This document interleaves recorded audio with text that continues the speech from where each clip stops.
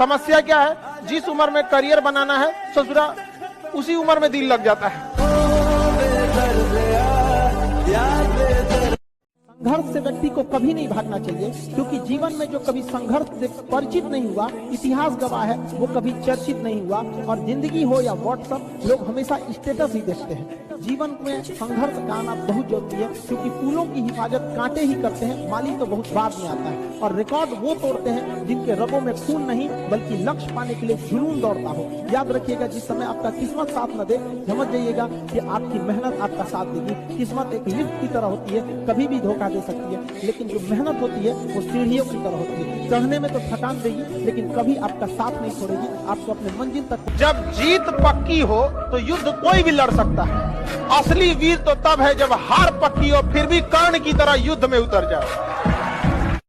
Life में ठोकर लगना तो बहुत जरूरी है, क्योंकि ताश में जोकर और जिंदगी में ठोकर कभी भी माहौल बदल सकते हैं। और बुरा वक्त से कभी घबराना नहीं चाहिए, क्योंकि बुरा वक्त ही बताता है कि लोग क्या थे और हम क्या समझ रहे थे। आप किसी भी काम को अगर लगातार 21 दिन करते हैं तो धीरे धीरे वो आपकी आदत बन जाती है। और अगर किसी काम को लगातार 90 दिन कर देते हैं तो फिर वो आपकी दिनचर्या बन जाती है। अब आप डिसाइड कीजिए कि आप अच्छे काम को करना चाहते हैं या गलत काम। एक चीज है, संगत का बहुत अच्छा असर पड़ता है। ये चीज को हमेशा, संगति का मतलब लोग हल्के में ले लेते हैं। संगति का मतलब होता है संग संग गति।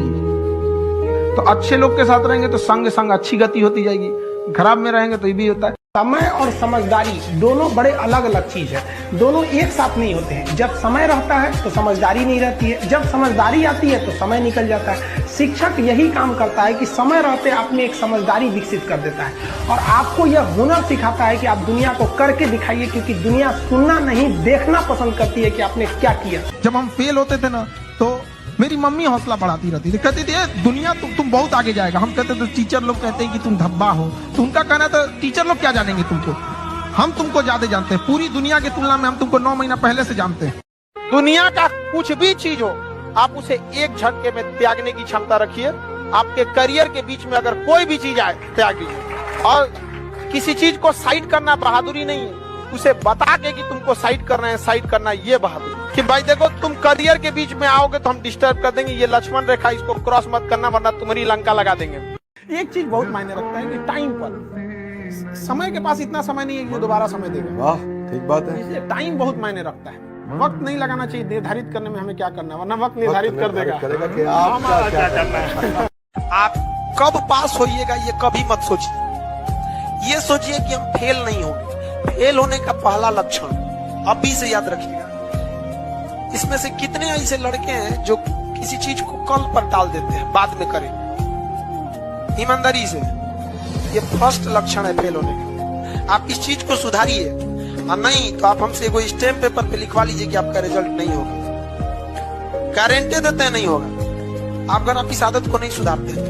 अगर किसी चीज, आज हिस्ट्री पढ़ाए हैं, आप मोबाइल चलाइए, हम कहते हैं आप 8 घंटा मोबाइल चलाइए, 8 घंटा। लेकिन हाँ, उस 8 घंटा के बाद वो मोबाइल स्विच ऑफ हो जाना चाहिए। पढ़ाई कंप्लीट होने के बाद आप किताब क्या खुला छोड़ देते हैं, तो मोबाइल यूज करने के मोबाइल खुला क्यों छोड़ते हैं? बंद कर दीजिए। जो भी आगे गया है, कोई शॉर्टकट नहीं हुआ है आगे जाकर, सब अपने मेहनत पे गया।